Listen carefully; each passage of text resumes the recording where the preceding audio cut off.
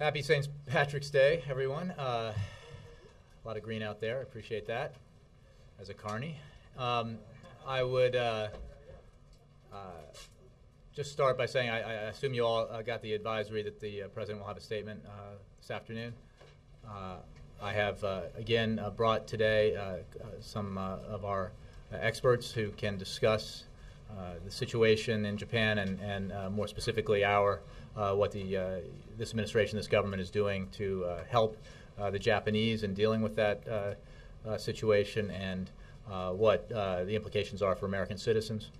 So I will turn this over to them very briefly. As in a minute, I just want to again say that if they could make their quick opening statements, then take questions from you on the subject area that concerns them, so that they can then depart. I will stay and take questions on other issues. I have, just to remind you, with me on my far right, the chairman of the Nuclear Regulatory Commission, Mr. Greg Yatsko, and on my near right, Dan Poneman, the Deputy Secretary of Energy. I will turn it over to them. Greg, why don't you start with a statement, and then we'll take questions. Well, I'll just give you a brief status update on basically 3 points. One, we have a team of 11 technical experts who continue to work in Tokyo to provide assistance to the Japanese government and to the ambassador in Tokyo. Yesterday, the NRC looked at the available information that we had. Based on that information, we took a look at how we would deal with a situation similar to that in the United States. And based on that, we recommended that citizens out to about 50 miles should be evacuated. We provided that recommendation to the ambassador, and he issued a statement for American citizens to that effect. And I want to stress that this is, we think, a prudent and a precautionary measure to take. And finally, I just want to reiterate that we don't see any concern from radiation levels that could be harmful here in the United States or any of the U.S. territories. So I'll turn it over to Dan then. Thank you and good morning. We have continued working very hard in consultation with our great friends and strong allies in Japan as they've come to terms and wrestled with this very challenging situation.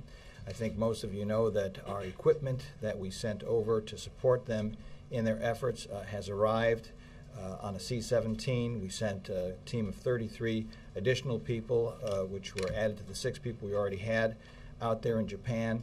They had over 17,000 pounds of equipment with them. They've unpacked that. They've actually taken the 2 pods that do the aerial measurement of ground depositions, mounted them, one on a fixed-wing aircraft, one on a helicopter, and we flew those aircraft on their first missions. We have been collecting information as they've come back. We're in the process of sharing that information with our Japanese hosts, and while that's still being looked at, the preliminary indications are that they are consistent with the recommendations that came down from the chairman of the Nuclear Regulatory Commission, which then Ambassador Roos used to make the 50-mile evacuation guidelines. So the indications are that that looks like it was a prudent move. Other countries around the world all continue to do what they can to support the Japanese as they lead this effort to address this challenge. We have had a number of consultations. I have personally been in contact with my counterparts in France and Russia, all of us thinking about ways in which we can assist the Japanese as they come to terms with this challenge. That's going to continue to be our focus in the days and weeks ahead. We're going to continue to work very closely with the Japanese and come to do what we can to see a safe path through this in support of Japanese-led efforts to come to terms with this very dangerous situation. We begin with questions. Ben. Thanks, Jay. 2 questions. First for Chairman Yatsko. When you talk about the 50-mile recommendation of yesterday being based on the best available information, can you tell us where exactly the United States is getting its information and whether it is what you consider to be hard facts or best guesses? Well, we have as I said, we have a team of 11, some of our best technical experts in Tokyo, and they're working with counterparts from the utility in Tokyo as well as other individuals with the government. So that's one of the sources. We're collecting data from as many places as we can to, as I said, to make the best judgments we can with the information available. But I would stress that this is a very difficult situation. There's often conflicting information, and so we made what we thought was a prudent decision. So how would you characterize your faith in the accuracy of the information you get? Well, I think the team we have in place is providing us with good and reliable information, and we continue to do what we can to support the people of Japan and to provide assistance and recommendations where we can. This is a very difficult situation, and there will be a lot of work continuing as we go forward to deal with continuing to cool the reactors and to provide cooling to the spent fuel pools. So, as we go forward, we'll continue that dialogue and discussion. And last question, what is your assessment as you stand here today about where this is headed? Best case scenario, worst case scenario? Well, I really don't want to speculate on where this could go. I think there's tremendous efforts ongoing right now to continue to provide cooling to the reactors and continue to provide cooling to the spent fuel pools. So we're working to provide assistance where we can with ideas about how to address that and, if necessary, provide equipment and other means. Yes. Sorry, just to follow up on Ben's initial question about what level of faith the U.S. government has and how the Japanese are handling the crisis. Is the administration satisfied with or not how Japan is handling it, and how would you categorize and are they satisfied with the level of information being provided by Japanese authorities? Well, I'm the head of an independent regulatory agency, so I would defer the questions about the administration's position to the others. But I would just say again, our efforts are really working to help the Japanese people deal with what is a very difficult and really tragic situation. So that's where we're going to continue to focus and see what we can do to provide them with any assistance we can. Dan. Sorry. I might just comment on that. Americans, we always want more information, and we're constantly trying to find out whatever we can. And as the chairman said, the facts on the ground are genuinely complex. They're genuinely confusing. We have had a dialogue. We've had our 2 experts that are already out in Japan. They've been engaging directly with the Japanese. We've had, as recently as yesterday, senior-level officials from METI and from the Nuclear Industrial Security Agency in Japan in direct consultation with us. We're going to maintain that dialogue and do whatever we can in support of their efforts to get this situation under control. Mr. Chairman, you said that there's no concern, I guess, here domestically that radiation will be harmful. In addition to the ongoing measurements, I guess, that are taken on a regular basis, aside from this disaster, what else is being done to get an accurate measurement that none of this will impact the United States? Well, again, I'd probably turn to Dan to answer that question. We're really focused, again, first and foremost on making sure the plants in this country are safe, and then continuing to provide assistance to the Japanese with their efforts in dealing with the crisis there. In addition just to the regular measurements that are taken, have you beefed up that effort to check the quality of the air in the United States?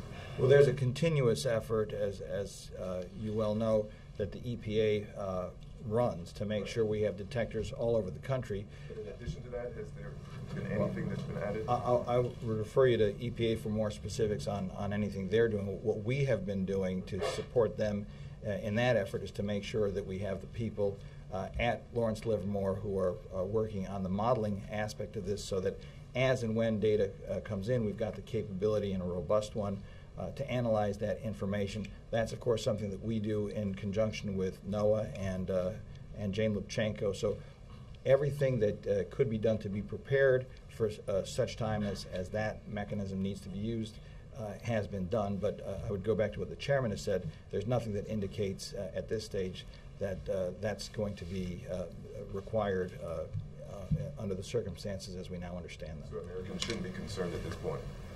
That's it. Yeah, I just want to stress, I don't think there's any real disagreement here.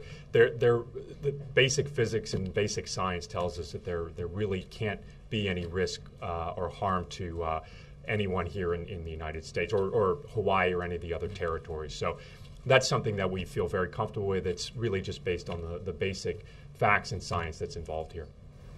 Mr. Chairman, could you tell us, since the 3 days since you stood there before, why did the situation deteriorate the way it did at the 4 reactors? Can you explain to us what has happened? We've seen the pictures of the reactors. What's happened since you were here on Monday?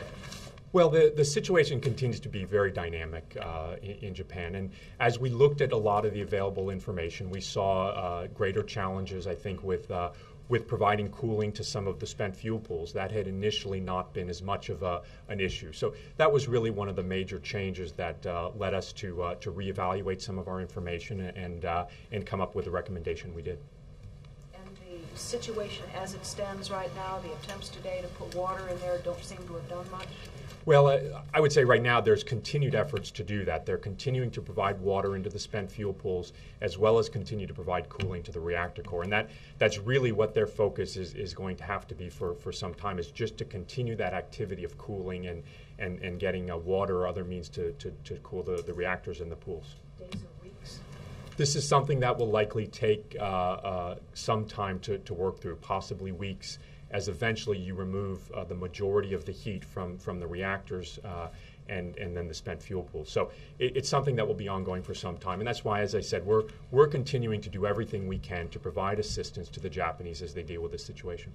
You said that the 11 experts, the 11 American experts, are in Tokyo. Does that mean that they are completely reliant on Japanese officials and utility officials closer to the site to give them the information that they then analyze, or is there an independent way for them to get information about what's actually happening?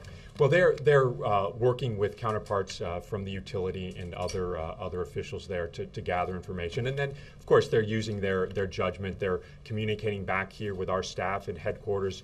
We're reaching out to experts in this country to provide additional ideas if necessary. Independent information on their own, or is it all coming to them from somebody in Japan? Well, the information is coming to them from sources ultimately in Japan. And again, this is a very dynamic and a very, I think, complicated situation in Japan. So they'll continue to work with their counterparts there and continue to provide recommendations to us about what we think we can do to help the Japanese. And I ask that because even the Prime Minister of Japan and certainly the Japanese public have expressed great frustration with the secrecy and lack of transparency coming in particular from the utility. Are you experiencing that same frustration? Are your people that same frustration in getting information? Well, they are. I think the people we have in Tokyo, they are talking with experts there. They're talking with individuals from the utility, and I think they're getting information that is useful to us in making the kinds of recommendations that we need to make. And our focus is really on looking at how would this situation be similar to a situation in the United States, and then providing suggestions for actions we may need to take relative to American citizens. The Japanese are, as I said, they're dealing with a very significant crisis, and they have a lot of efforts focused on trying to deal with the reactors, trying to deal with the situation on the ground. So we have a small team there that's getting good information, and we'll continue to do what we can to help. And on the 50 miles, I'm sorry, go ahead. If I might just add there, that's why it's so important that we get the information that we have now sent the equipment over to collect. And we've had 2 flights come back. We've initial data pull there. We sent other detectors over there, other sampling equipment. And so it's not just people talking to people. We're beginning to collect the information that will give us the measurements that will help inform policy. And is that because you're frustrated you haven't been able to get that information directly from the Japanese? No, to the contrary. So there's no frustration even though the Prime Minister himself just blew up at a press conference over the lack of transparency from TEPCO. As I said, we Americans always want more information. We're striving for that, but we want a combination of data and things that you can get through collection and things that we get from talking to people who are dealing with this. But we're trying to do what we can to support the Japanese in their efforts, and it's a continuing dialogue, and I'm sure it's going to continue. On the 50-mile issue, do you agree that it's a strange situation that you can have different citizens from different countries getting different advice on this, and doesn't it need to all be one consistent standard? Well, we have different regulatory systems throughout the world, and we have different approaches to dealing with these kinds of issues. So we took the available information we had, and we looked at how we would deal with a similar situation here in the United States, and we made the recommendation about 50 miles. So are American citizens who don't obey that information risking their lives? The recommendation is ultimately a precautionary measure right now based on what we looked at are some of the risks and challenges going forward in this situation. So we provided the recommendation to the ambassador made that recommendation, and we think it's a prudent measure to take. You're the scientist. Are people putting their safety in danger? As I said, we think it's a prudent measure to follow the evacuation based on how we would handle a situation like that in the United States. Japanese citizens follow that prudent measure. I think I've answered that one. Yeah, Mike. Mr. Chairman, my understanding is Senators Boxer and Carper have sent a letter to you asking the NRC to review the ability of American facilities to withstand different types of disasters. The other day it sounded like maybe that review wasn't necessary because we're constantly reviewing our facilities. But have you seen the letter? What's your reaction? What do you think? Well, anytime there's a significant event like this anywhere in the world, or even something like this in the United States, we're going to take a look at what happened. We're going to do a systematic and a methodical review of the information, and if we need to make changes to our program, we'll make changes to our program. But I want to emphasize and stress that we have a very robust program where we look at the safety and the security of our nuclear facilities on a minute-by-minute basis. And this certainly will be new information that when we have good, credible information about what happened in Japan, we'll take that information and we'll work to see what changes we might need to make, if any, to our system. I'm sorry. I might just add to that, from the aspect of policy, safety has always been our paramount concern, and we will continue to strive to make sure that all of our energy sources keep that first and foremost. And so we continue to rely on the independence of the NRC and its ability to make those judgment calls as to whether it is operating safely enough. But we will not rest from our perspective at all, because we'll continue to take every data we can into account and continue to improve the safety of our nuclear power and any other energy source that we are advancing. I imagine the 1-2 punch of a massive earthquake and then a tsunami has to make people in this country concerned about whether our facilities can withstand that, right? I would think that we do not need to have that great stimuli to have a continued focus on safety. It goes back decades, as we've discussed. After 3 Mile Island, which was a different kind of set of facts than what we are now presented with, we went to school on that situation. We improved the way we do our regulations. We moved toward a more passive design approach when it comes to cooling cores and so forth. And we exercise, and we come up with hypotheticals, and then we take facts in hand as they present themselves. It's going to be a continuous effort, and it's built into the management principles of our organization that we're always going to look to do what we can to make sure our activities are all carried out in the safest manner possible. Mr. Secretary, in your opening statement, you said that the aerial footage confirmed the chairman's recommendations, and what the chairman had testified to yesterday was that he thought that there was no more water in the pool. Essentially, there was no more cooling mechanism. Is that what you're finding in this footage? Those are two different things. Just to be clear, what we sent out were these pods, and these pods measure deposition of radioactive materials on the ground. And so what I said was that our preliminary indications, because the data is being analyzed, it's being shared with the Japanese so they can analyze it too, suggest that the prudential measure the chairman recommended in terms of the 50-mile radius for evacuation is consistent with what we're finding. It's not related to. You don't have evidence yet of whether this pool, because he had testified yesterday that you would fear that there was no more water in this fourth reactor, in the spent fuel pod. Is that correct? Yeah. If I could just say, I think I can answer the question. The Japanese themselves have indicated that the level of water in that pond is low and is of concern. And there have been, we certainly saw the chairman's testimony yesterday, and we're getting whatever data we can on the situation at that pool. It doesn't change what is important, and that's the Japanese, as they have themselves indicated, need to get more cooling water into that pool. So anything that can be done in that direction, whether it's from water cannons or water drops, that's going to be something they're focused on, and of course we would do whatever we could to help them. And then just two quick questions, and either one of you. Does the Japanese government still have the capacity to manage this crisis on their own at this point, or is this completely overwhelmed them? Just to make the following point. The Japanese government has tremendous long-standing capabilities in this area. They have responsibly been developing an integrated nuclear industry for decades. It has always been in close cooperation, not only with other partnering countries, which certainly includes the United States, but with the International Atomic Energy Agency and international fora. So they have always treated safety as a very important responsibility, and certainly the indications that you've seen from the Prime Minister, Chief Cabinet Secretary speaking to people show their continued commitment to that. And we, as their close friends and allies, and as a country that is also committed to the safe development of nuclear energy for peaceful purposes, to build a low-carbon energy future, we're going to continue to support them in that effort. Jonathan? For Mr. Yasko, the statement that the NRC put out yesterday said that the protective action recommendations are implemented when projected doses could exceed 1 rem to the body or 5 rems to the thyroid.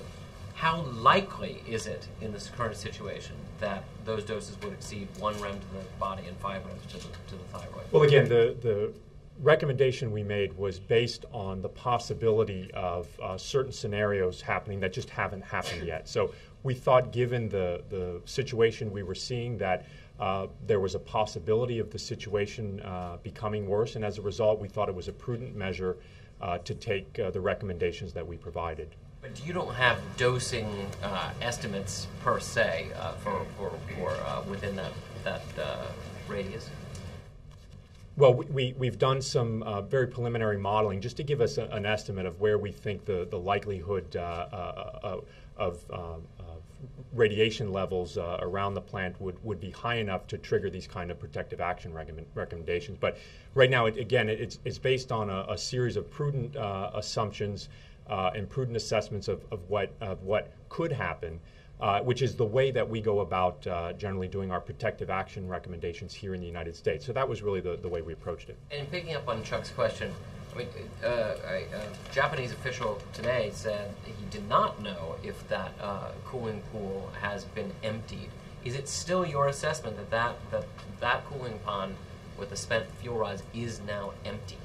Well, everything, when we made the determination the other day, everything indicated that was the case. And I think, as has been said, there's a lot of conflicting information around this. But the bottom line is that there clearly appears to be a challenge keeping that spent fuel filled with sufficient water. So it is a very dynamic situation. And again, our efforts are really focused here on helping the Japanese deal with what is a very tragic and difficult situation, and we'll continue to provide recommendations and expertise where we can to help. Would the NRC release the data to the public that it's using? We did release the data. Juliana? One of the questions in the letter that Mike referenced is which U.S. nuclear power plants share similar design features with the affected Japanese reactor facilities. Do you have a tally of the plants that have the similar design features? And also, is there any, you talked about the potential for review, but what about specifically reviewing those plants with those designs or older plants? Well, there are 35 so-called boiling water reactor designs in this country.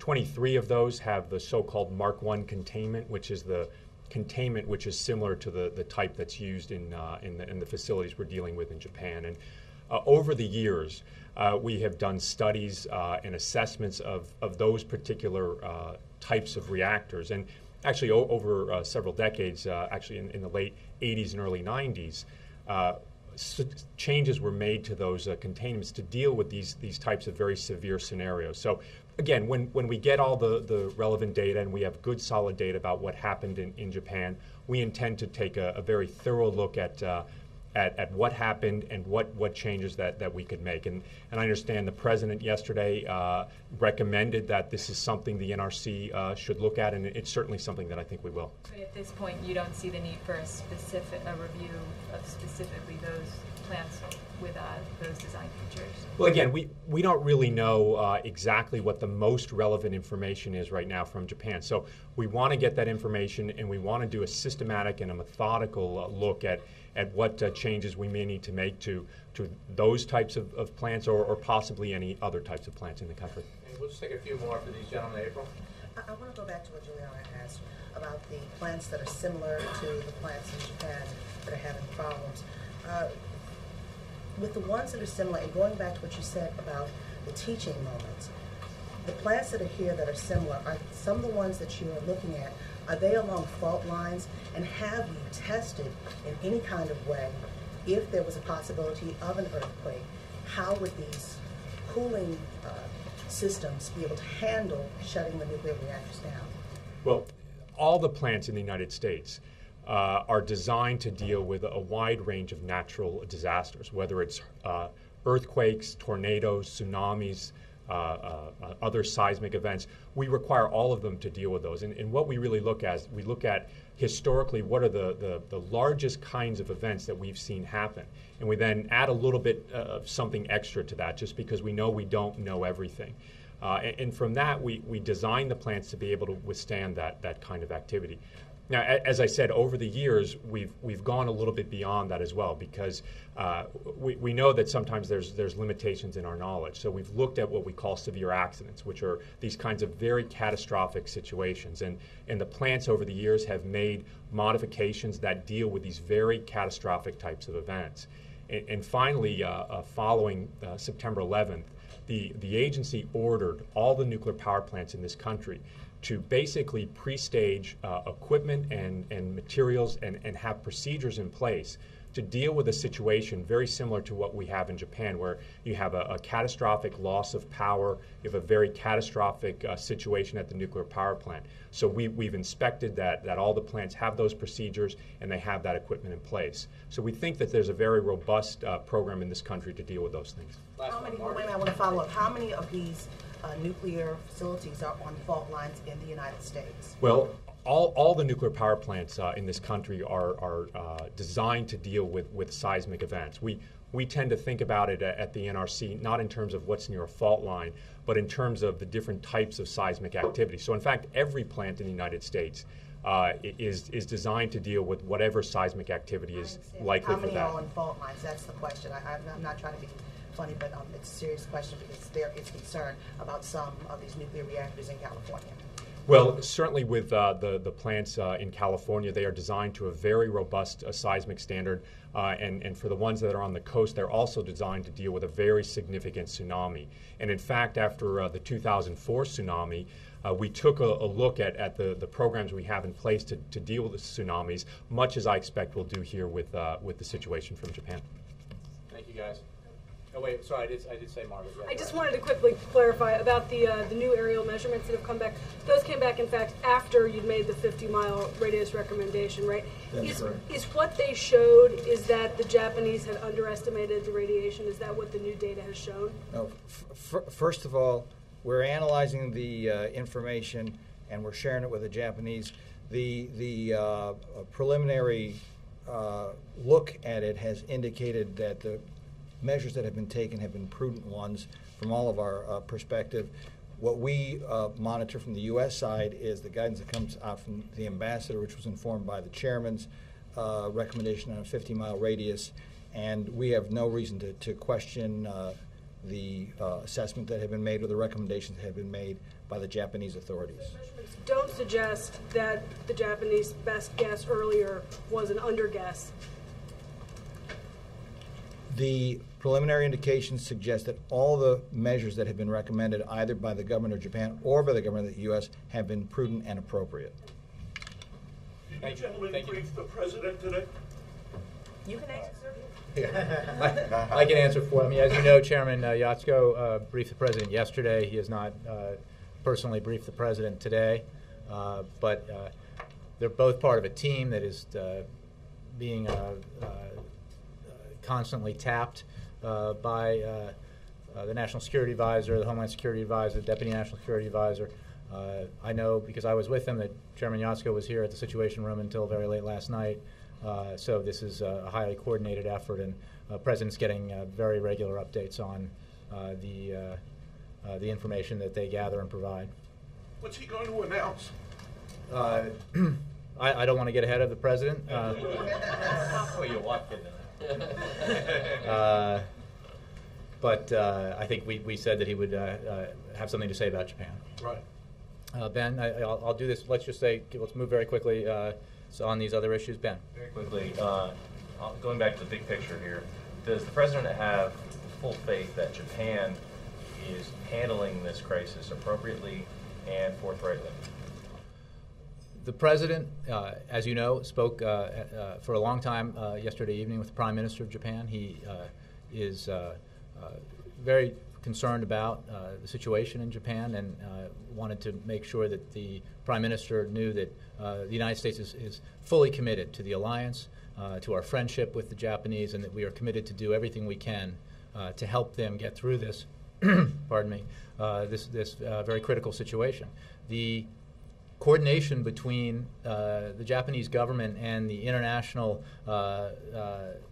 folks, including the United States, who are there providing assistance is very robust.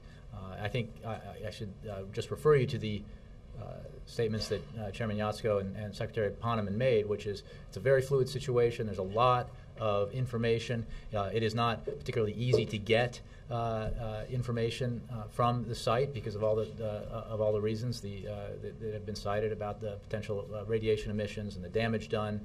So it's not a question of satisfaction beyond the fact that we are craving information.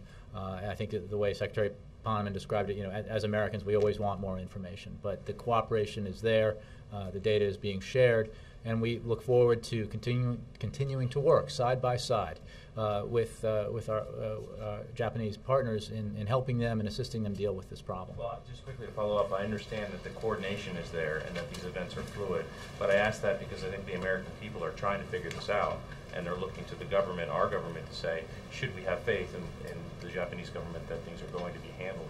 So I'm still trying to figure out whether... But Ben, here's the situation. This is the Japanese government crisis in Japan. They are obviously in the lead.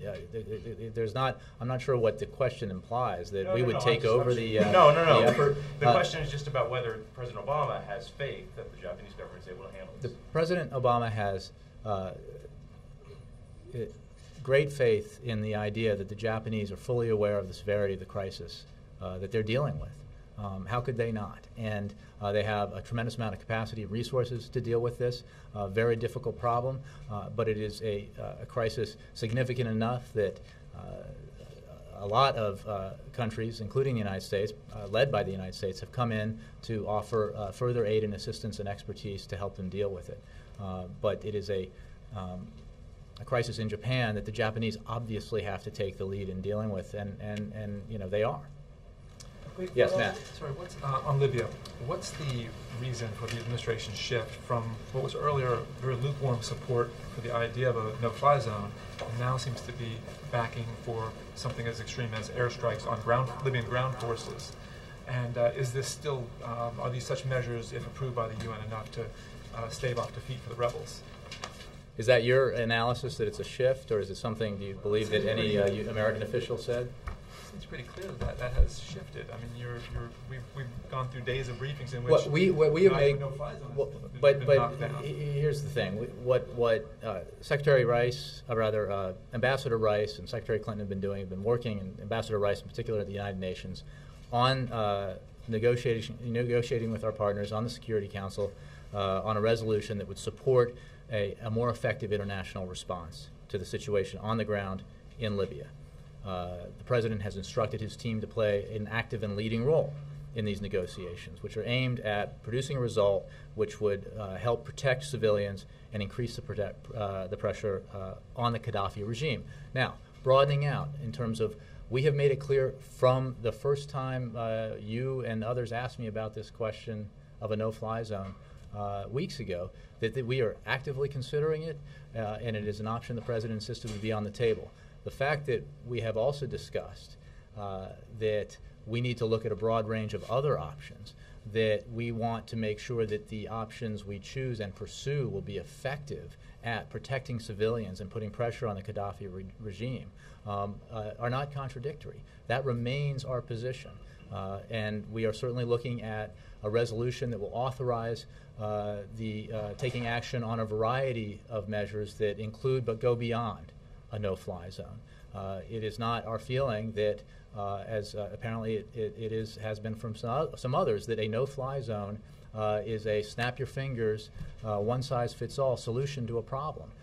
And what we want is action on a variety of items that can improve the situation in Libya. Yes, Dan. As the President is being briefed on not only what's going on in Japan, but the review that's ongoing here in the United States of nuclear facilities, is he conveying a sense of urgency that all of these experts need to really sort of step up their game to ensure that the facilities here domestically are indeed safe, and that an accident that we're witnessing in Japan cannot occur like that here? Yes. He is. He is making sure that there's a sense of urgency, and he made clear in some interviews he gave the other day that he has requested and asked that the Nuclear Regulatory Commission, which is an independent body, take into account the information we're getting about what happened in Japan and the ramifications of that on the nuclear facility there, that it takes that information, analyzes it, and then applies the lessons learned to its analysis of the security and safety of the reactors here. Now, that is the NRC's mission, and I would say that the fact that the President has made that request himself only adds to the urgency of that mission. But we should remind Americans that the NRC exists precisely for that reason, and that it's a daily mission for that agency to play out scenarios, evaluate data, and make changes in the security procedures and structures at the nuclear facilities in the United States on a regular basis as it deems necessary to maintain the highest possible security and safety at those facilities. One quick question on Libya. Is there a timeline that the administration is looking at? There's been talk now for several weeks about options. We're looking at various different options. At what point will you really start executing some of these options? Well, Dan, we've executed an enormous array of options, as you know, in response to both unilaterally and with our partners internationally in response to the situation in Libya. And we moved very quickly out of the box within, I think, 9 days to get some of those actions in place. 9 days. And the resolution that may emerge from the United Nations, whether, I think Ann asked me when, and I would refer to my colleagues up in New York on the timing of that, but whether it's today or tomorrow, whenever it is, it will be at a time that comparative to any similar action taken by the United Nations in its past will be with remarkable speed, unprecedented speed. So the urgency has been there, and the timeline has simply has been driven by, from our perspective, making sure the actions we take are the right ones, and that we do not pursue an action that sounds good only to find out it's actually not achieving the purpose that we wanted it to achieve. And that is why the actions that Ambassador Rice is negotiating in New York will hopefully address the problem and the situation on the ground in a way that can be effective. Yes? Have we gone from considering actively those options that you speak of that would be in the UN to actually advocating them? All I'll say on that is that the President has instructed his team in New York to play an active and leading role in the negotiations with the goal of protecting civilians. And they are obviously working on a resolution which will contain, hopefully within it, a variety of new options that the international community can take action on that will affect the situation on the ground, protect civilians in Libya. So I think that answers your question. Yes. Earlier today, Senator John McCain told Sky News that he had some major concerns that the situation in Bahrain could in fact turn into a proxy war between Saudi Arabia and Iran. Does this administration share those concerns? The concerns that we have about the situation in Bahrain have been, I think, very clearly expressed by the Secretary of State, as well as by me here at the podium, which is we find the use of violence against peaceful protesters to be extremely unfortunate, abhorrent, and simply not the kind of actions that will lead to a resolution of the political problems that exist in Bahrain and that exist in countries around the region.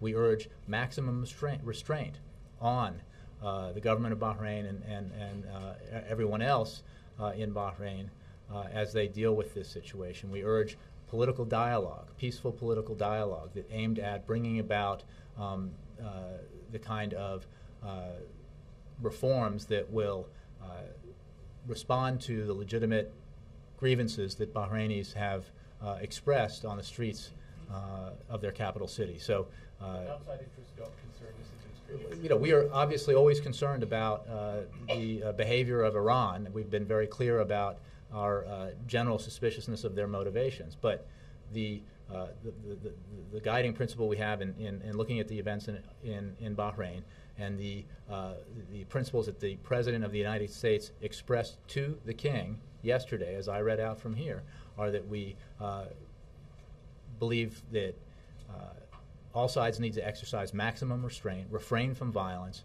and come together and in a national dialogue that resolves these issues in a way that will, in the end, benefit the people of Bahrain, the country of Bahrain, and will provide, in the long run, the kind of stability that I'm sure Bahrain wants and its people deserves.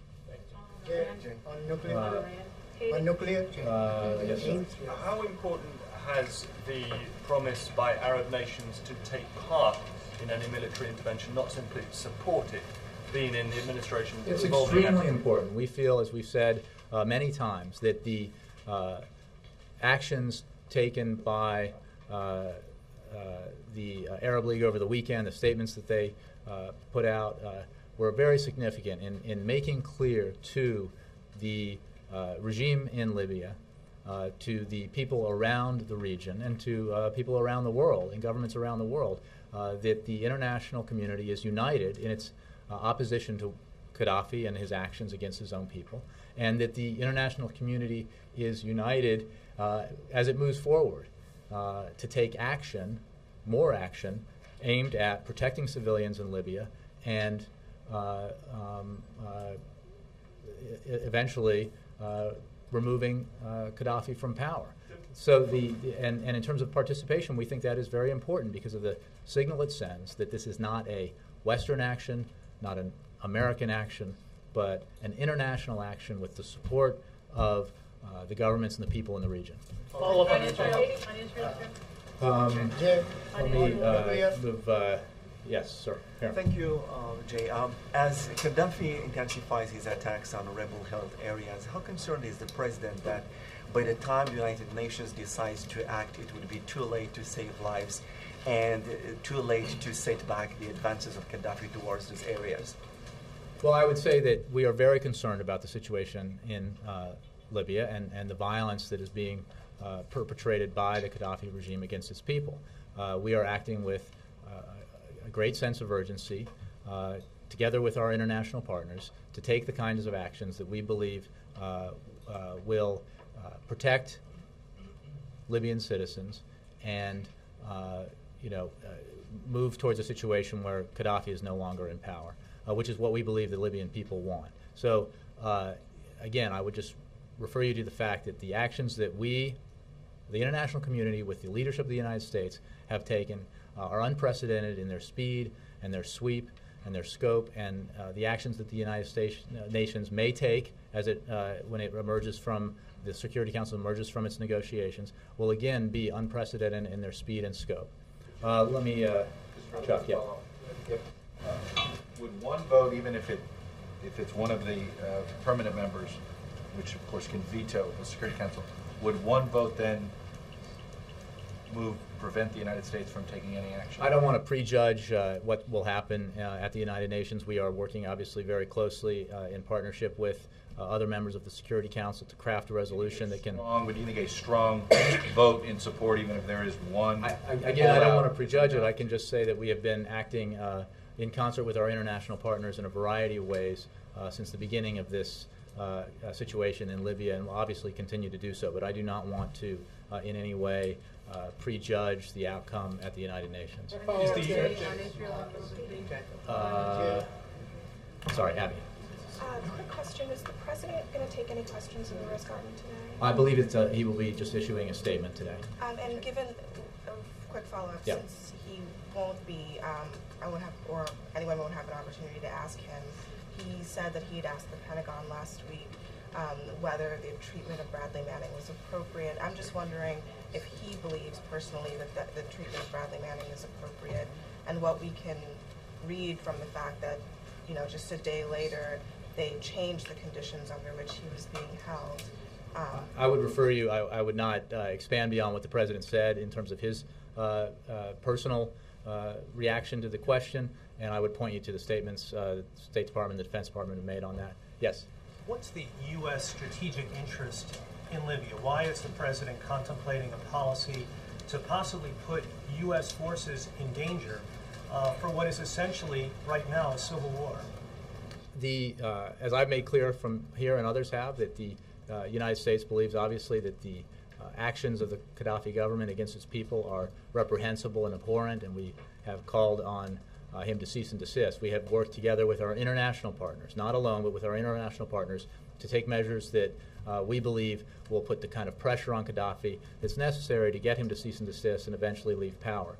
And we think it is in the interest of the United States to take the actions we have taken with our international partners to do just that. Does the President not believe that this is a civil war? Again, I don't want to, the terminology is not the issue here. The actions on the ground are obvious. The calls that we and others have made that they cease have been clear, and the actions that we will take, that we have taken and we will take going forward, are aimed at affecting that situation positively. Does it hurt the President when he, and you also from the podium, continually call for Gaddafi to leave power, to give up power, and yet he is still in power? Does it in any way hurt the strength of the President in terms of issuing those types of... Well, I would simply remind you again that we are talking here about an event that is only weeks old. So to suggest that somehow